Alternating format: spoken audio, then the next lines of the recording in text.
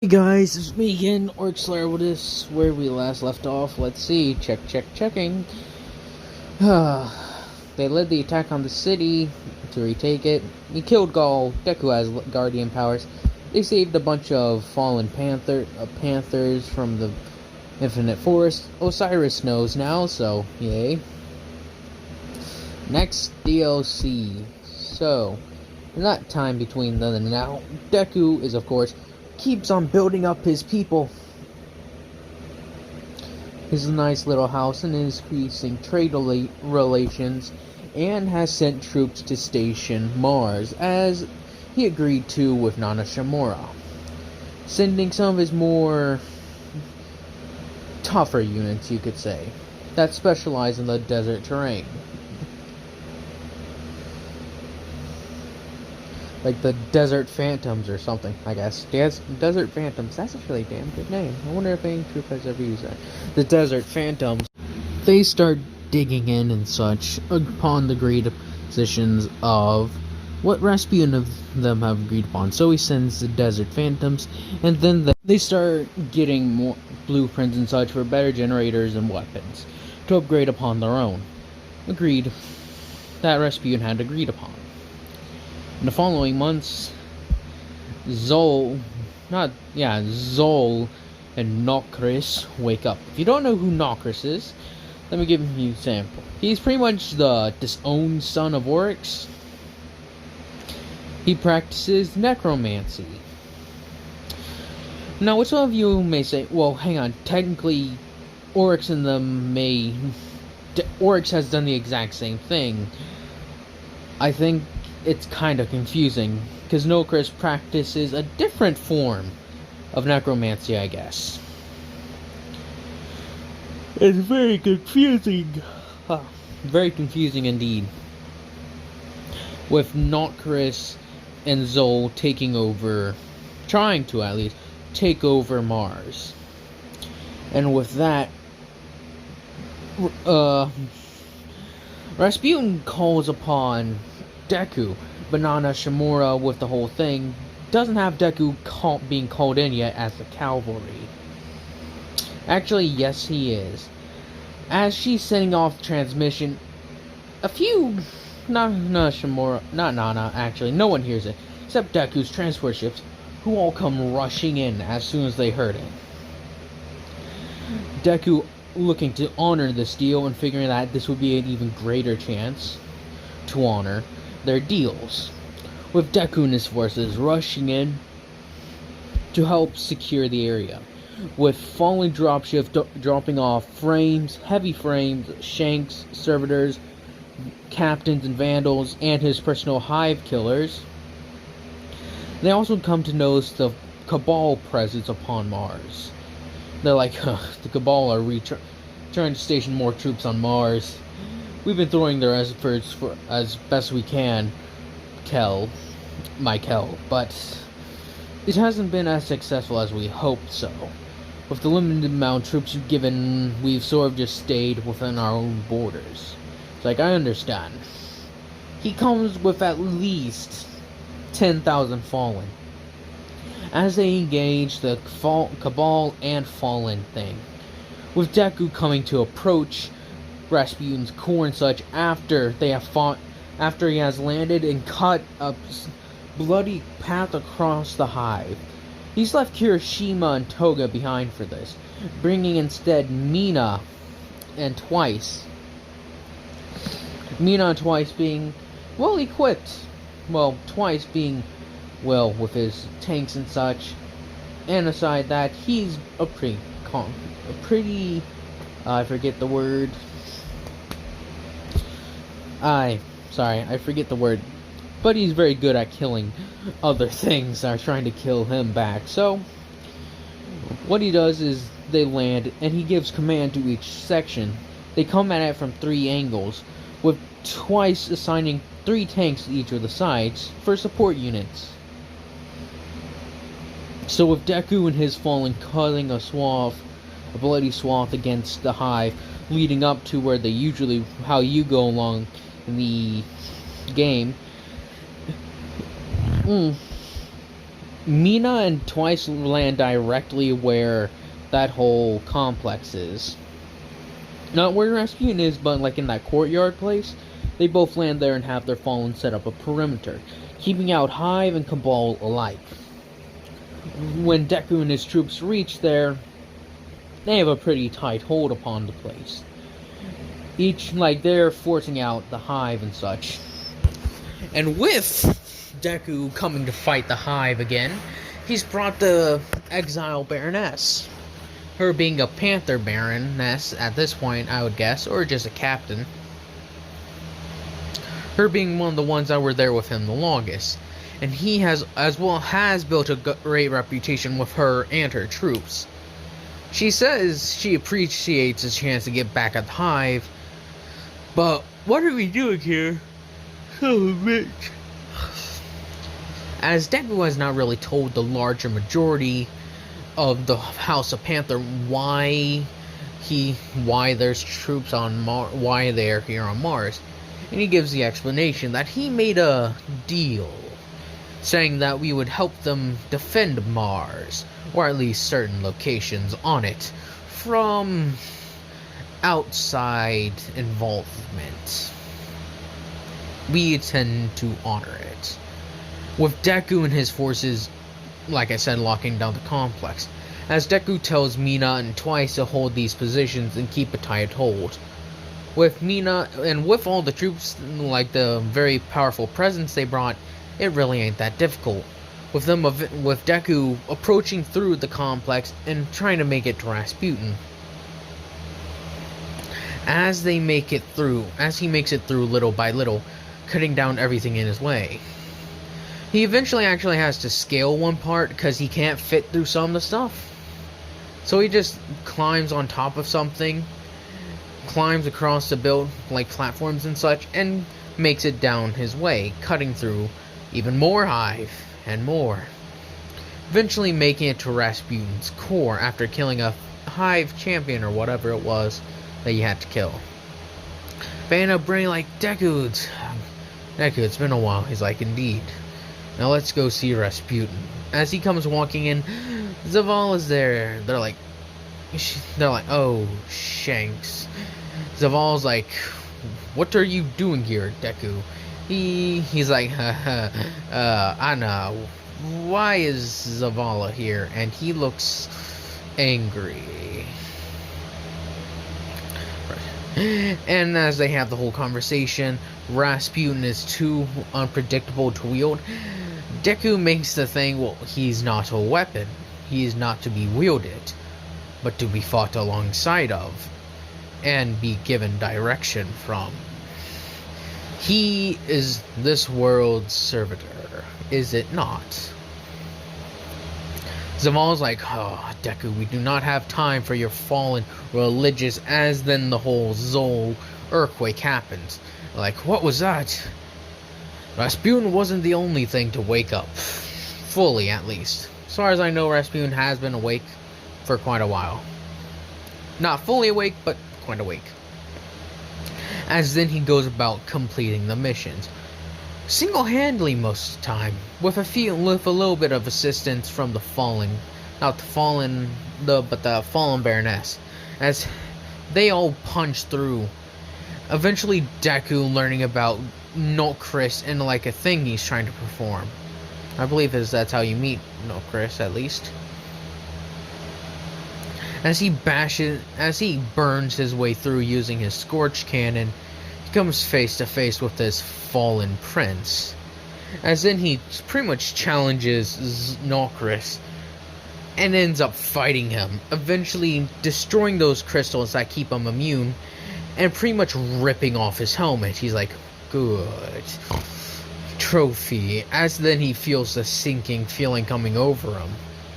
As Zol's like doing the whole "you shall drift" whole speech, the will of thousands, as he's feeling the pressure on him, and he's actually able to push back on it, not falling unconscious or anything. He's like, you are stronger, but your strength is not enough. Rasputin shall die, along with your race. I just get the grave mind feeling from him, so yeah. As then, he's able to push through the whole sinking feeling of the deep, as the worms and such say it as.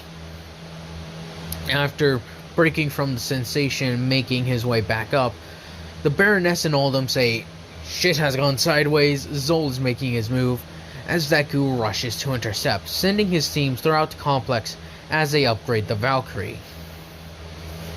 And at one point, Deku and his forces, as they're running through like the last mission, as they upgrade the Valkyrie and blow up very special things to help with the expediting, I believe is the word, of the process. Getting it closer and closer until they have the finished Valkyrie, with Deku saying for them to leave and that he will deal with Zol. They claim, "You may be a Kel, powerful one at that, but you do not have the strength to take on the god of this god of death." He's like, "Fear not, for I am not alone," as he grabs the Valkyrie. I'm saying it has an infinite charge this time instead of like the whole charge thing. He picks it up and like brings it up as it charges in his hand. "Go now, I shall fight him," as he rushes off and has the entire counter, as Zol mocks him even more, calling him, "You are strong, but not strong enough," trying to blast Deku away. As Deku charges the Valkyrie, tosses it, but at the same time sending a giant bolt of electricity, shocking and making Zol get hurt even more, roaring in pain, saying that, "So, one of you puny fallen have the light. It will not be enough. I felt it in you before, but I thought you were touched, not given it." As he tries everything to kill Deku, trying to smash apart the platform. Deku charging his Scorched Cannon. He's pretty much shooting Lightning Blast, throwing a Valkyrie, and also shooting him with the Scorched Cannon, all at the same time. As Zol is slowly but surely torn apart, bit by bit. As finally when he charges up his final blast, his weapon and the Valkyrie are pretty much dead, he charges up all the light he has in his body, and pretty much forces it out through all four of his hands, shocking Zol to such an extreme he turns to ashes. As Zol screams and because of his failure, raging against this, well, Deku can only say this in triumph: "The god is dead!" letting it roar out into the thing. As then this is transmitted across his systems. "The Hive God has fallen!" As everyone starts cheering. With Rasputin and Abray and, well, with the surveillance footage, Zavala saw him. As he's like, "He has a light? This is impossible."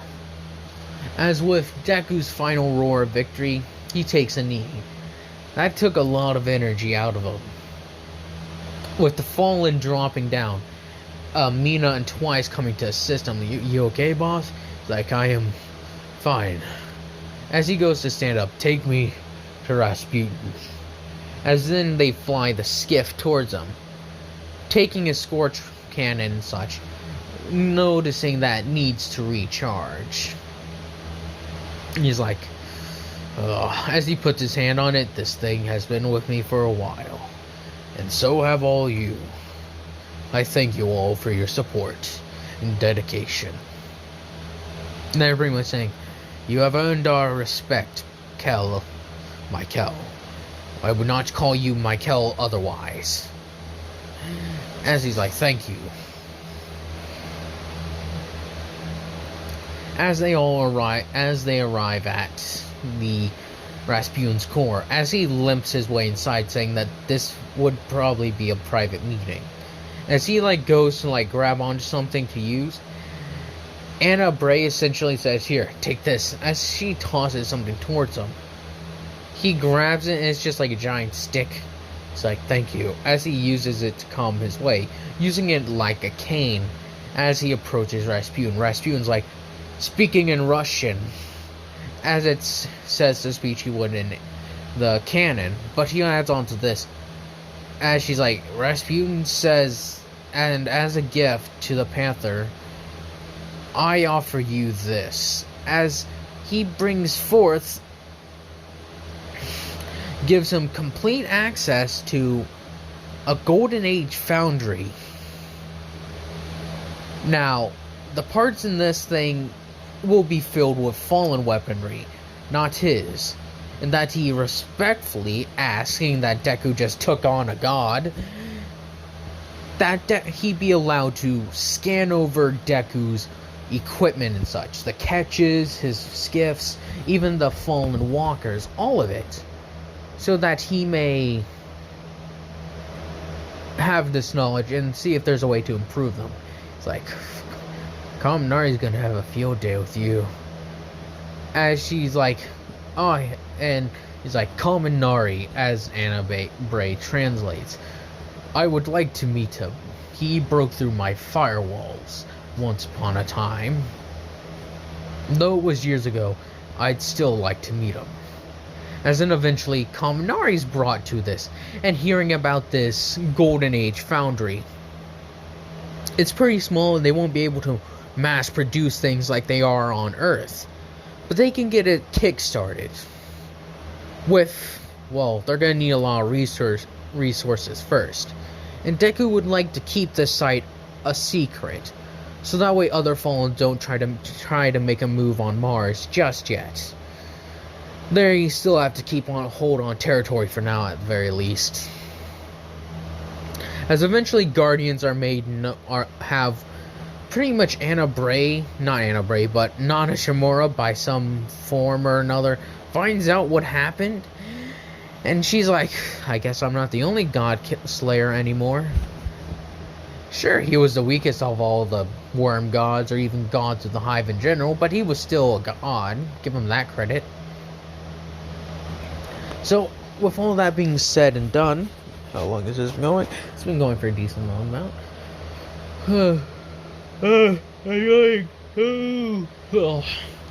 Deku realizes that his forces will need to stay here for a extended period of time, with Shanks and such, and Golden Age, I guess stuff that could be equivalent to the Golden Age, being pumped out little by little.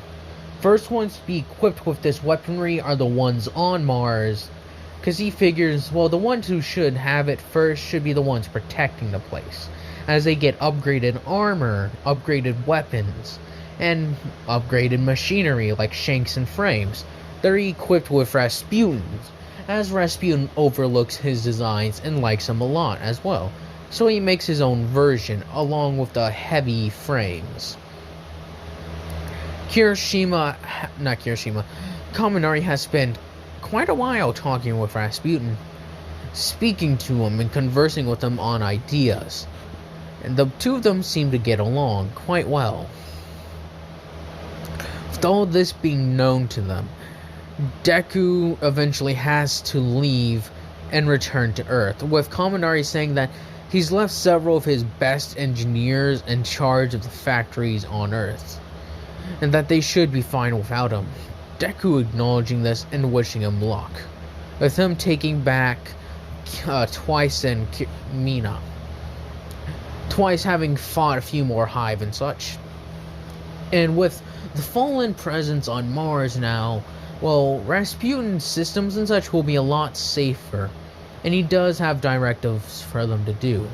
And they all technically report to Anna Bray, who is technically their boss at the moment, since they're pretty much like hired contractors, or hired guns in a way. Them having a tight hold and tight reasoning. And they all help each other, like they do missions on Mars. Nana Shimura and them come in later and deal with the adventures and such. And the Fallen eventually even find Prince Uldren's ship. Deku wondering, oh yeah, coming back on the memory of what Aldrin did and how he got there, he has the ship pretty much taken off of Mars and brought it back to the reef, thinking it would be a good idea to have at least something of the princes still there. Aerie, in this moment, what did I have happen to Aerie? Did I have her killed? I can't remember if I did. I don't think I had her killed. I don't think I've had a lot to say about her. Huh. If I had her killed, I'm sorry. I can't remember. I've tried to memorize my videos as best as to my capabilities, but since I do this on the top of my head, well, I'll say she isn't dead, I guess. Well, I'll skip to Forsaken. Deku and his troops are outfitted with even better armor and weaponry, eventually letting that spread down to Deku's troops. Then they get this call. Cayde 6, Nana Shimura, and Aerie sends out a call that the prison of elders is having a major prison break and that they request severe aid. With Varix having the idea that Deku won't take his rightful place because he's tried to talk with Deku, but he won't force it. And coming to realize Deku won't force it upon the other Fallen. So it's up to Varix to, how he would say, show them the way, as he then becomes the Kell of Judgment, having the whole idea follow him again.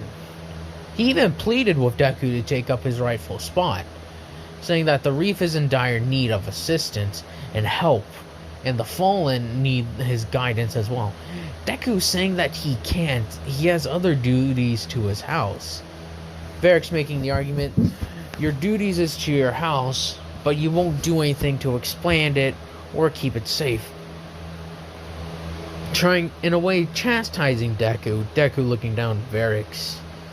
You may not agree with it, but I decided on this path for a reason. If I force everyone under me, I'd be no better than the tyrants who come before. If you are so keen on doing it, take it with your own 4 arms and grab it and force it, if you so wish it. You have the means, Varix. Your judgment and wisdom gives you an edge above us all, even if you don't see it. With him coming back on these words and taking it to heart, with him eventually fully believing in Deku's words and leaving the prison of elders. After Deku has heard the prison break happen, and Cayde even contacts him, hey buddy, did you know the prison of elders is having a major prison break? He's like, what? Well, a prison riot? He's like, no. How severe? How bad? He's like, well, I don't have the full details yet, but I suggest you bring about 100 of your friends. Like, indeed. Coming with, like, the same 100 that help him put down the Scorn. Well, 50 at now, as he comes in with an elite bodyguard of the Panther's Fang? The Panther's Fang, if I remember correctly. Or is it the Panther's Roar? One of the two. Panther's Fang, though, as they come in, they establish, and Deku and his, lands with several skiffs as his troops land down, with them getting the information. He's like, where do you need us, Petra? Cell block D and X, not D and X, D and C need your support. He's like, alright, then that's where we are to go. And she's like, is that all you brought? He's like, no. As then a couple more, another 100 is summoned, with Twice and Mina. Yeah, Dobby really wouldn't be of use here. Twice and Mina having some experience with the Prison of Elders. They've had a few attempts of a riot, but they usually put those down pretty well.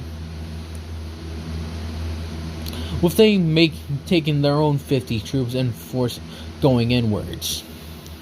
As Deku gives out his orders, secure the areas and try to help any corsairs you come across. By the great machine they need it. Nana's like, so, heard what you did on Mars, and you didn't invite me to the party? He's like, that was a secret deal between me and Rasputin. It's like, still, for him to call upon you personally, that shows you the strength you have behind you. And what's this I hear about you killing a hive god? It's like, Zol. He was dangerous, by my standards at least. She's like, well, you can't be a guard. Not all of us can be as tough as me. He's like, indeed, Nana. But good luck.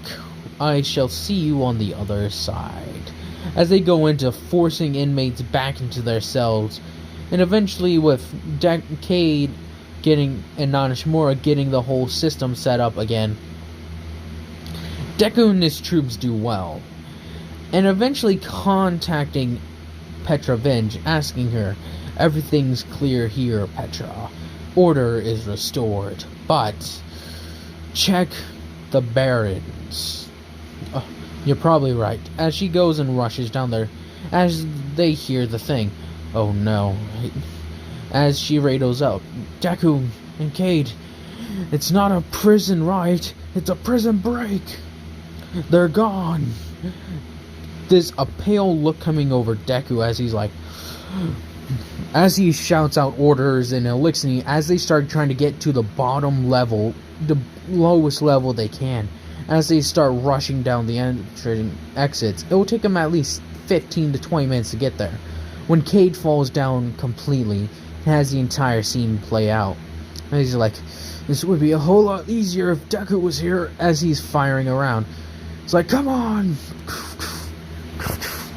With Deku's like, Cayde, hold on! As it's like, scramble, dang it! As they eventually bash their way down and coming across the Scorn. Heavy Scorn presence. Petra! Oh! As he shouts out orders for Mina and all of them to fan out and secure the area. As they start cracking down and start re-killing the Scorn. Because if you don't know, the Scorn are pretty much undead fallen. Brought back by Dark Ether. By Fikral the Fanatic. As they bash their way downstairs.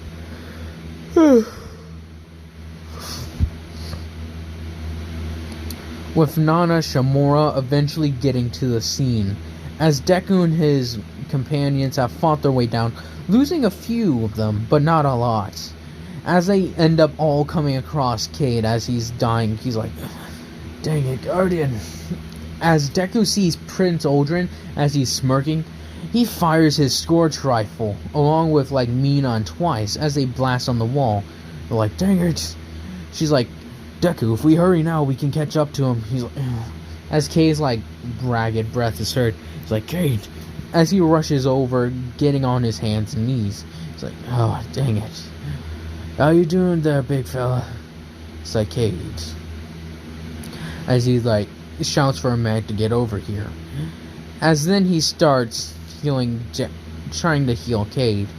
He's like, come on, Cayde, you can make it. As they look over his wounds.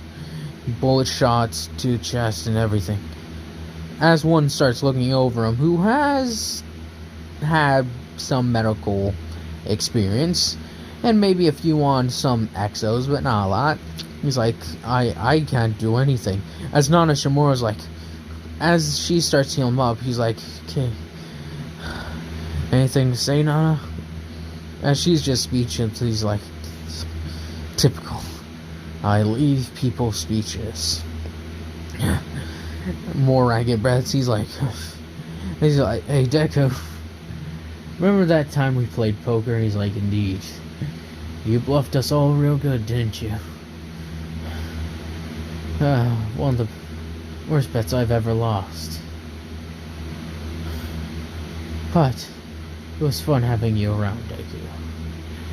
And Nana, as his final breath escaped his lungs, tell the Vanguard, best bet I ever lost. As Deku and Nana see the light go out from his eyes, Deku cries in his own way as he's just like, Cayde, as he like shakes him a bit, Cayde. As he puts his hand on his chest, he's like, Cayde.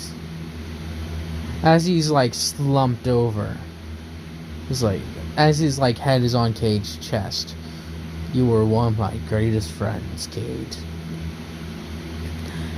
They were pretty good friends. Aside, like, Cayde was pretty much like everyone's friend. Cayde even at one point visited his home, saying night, and I'll have a flashback later on with Deku and them after Petra. He's like, Petra, Aldrin. As he's just thinking, Cayde's gone. And he starts having flashbacks to his mother when she died. He's like, gone. As he stands up and then lets out the loudest roar that shakes the prison of elders. At least to them, at least.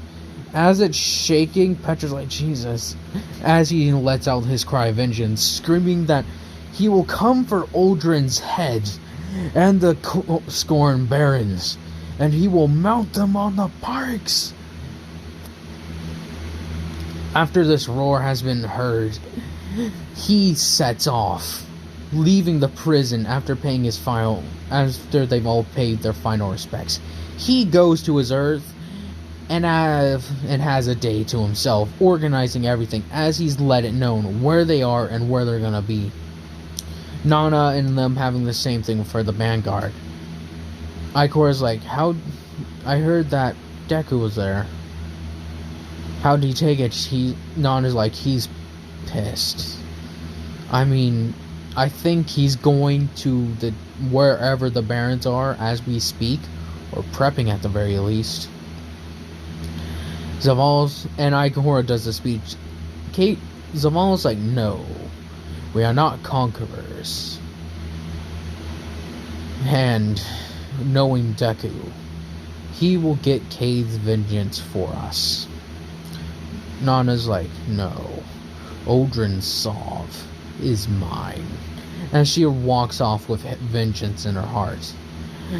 Deku, while there, he's having a flashback to when Cayde came and visited his new digs, as Cayde called it. He's like, hey, buddy, it's been a long time no see. He's like, Cayde, finally got out of the tower.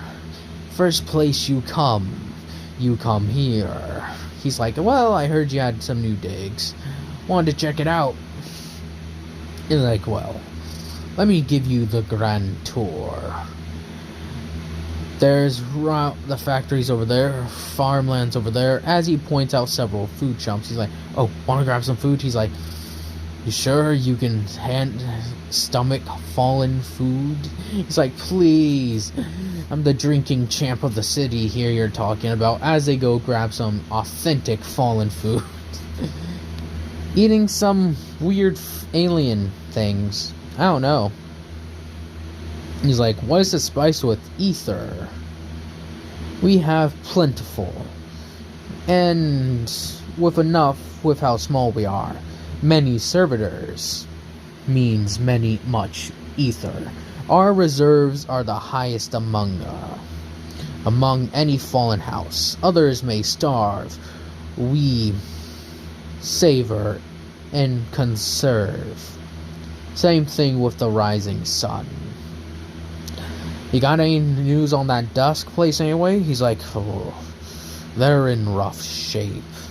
Barely staying together as a house. They're more or less more like a unified. Well, they're more along the lines of, what's the best way to say this? They're like the human body. They all coexist. You got the blood vessels, you got the white blood cells, you got the plasma, you got all different parts. Let's say the body is made up the majority, while the ones who scheme and make plans are the head. The prime servitors and such are the thing that pumps blood in and out, as he gives a very good description. Like, what about what feeds them? The ether. Their house is mega house, larger by mine by dozens of times. You have like 500,000 last time I thought. Exactly. We are still a force to be reckoned with though, for they have quantity, we have quality. Like, I understand. So, anything new? As they go walk by, Deku reliving this memory and shedding more tears as Toga's like, hey, are you okay? He's like, Cayde was one of my greatest friends, but he is gone now. He is not coming back. And he's like, he reminded me of my mother. Always kind, always generous, and never stopped smiling. She always smiled, but she was taken from me, and I enacted my revenge. Cayde has been taken from all of us, and I shall enact vengeance for all of us. As he's like, rally the troops. We attack the Tangle Shore. Now in this time, he's like been able to upgrade his army a bit more, with tougher frames, tougher weapons, tougher armor, and going on and on. With them prepping 2 catches, several skiffs, and taking a large portion of the army to the Tangle Shore. Pretty much gonna enact military law from at this point. With Petra's like, hey, me and the guy, do you know the spider? Well, actually, Petra doesn't even contact Deku. She contacts Nana, because she knows she's here. But Deku meets with the spider personally, by himself, with Kirishima and Toga. Kirishima and Toga were good friends of Cayde as well, having known him for a little bit. Not as well as Deku, but they knew he was a good guy. As Deku starts conversing with the spider, saying that, tell us where the Scorn Barons are, and you won't have to worry about them for much longer. It's like, I heard. You were at that prison of elders, right? It's a shame you didn't stick around. Otherwise, the shore would still be, well, my shore. He's like, I had others' duties to attend to. Like, yeah, and that Aerie is doing doodly squat while sitting there. She's barely kept the awoken people together. And after you pulled your troops out, well, everything came almost crumbling down. The awoken are broken people. Several other nobles have taken over several other different places. They're no longer a kingdom. They're scattered houses, just like yours. Deku says, Spider, tell me where they are. Well, from what I can recall, I do owe you a favor or two. So how about this? Take care of the barons for me, and we'll call it even. It's like, deal. As they shake on it. As he gives them a rundown, and they figure out where all the Scorn Barons are. As then Nana Shimura on them with the spider, he's like, oh, so you're the one who you're our mutual friend from the Panther. Well, I can say this, he's already here. Petra's like, what? He's here taking care of business. So, want to make a deal? He's like, tell us where the Panthers are. He's like, whoa. Not the Panthers, but where the Scorn are. He asked the same thing. He's going to scratch my itch. But if you want in, Who can say you owe me for this information? Or we can just go to him. Ah, smart, but I haven't given him it all at the moment either. I've given him key points, but not all of it. I ain't dumb, Petra. Keep a customer, keep on coming back. You gotta give him little by little, and make it each one tastier and tastier. Sounds like you're selling food, but knowledge is like food, Petra. So, you owe me? As she's like, alright. And this is where I'll cut it off. We're at the Forsaken plotline. And I hope y'all have enjoyed this. And I hope y'all will continue doing this. And I hope y'all have a nice day, nice night, nice life.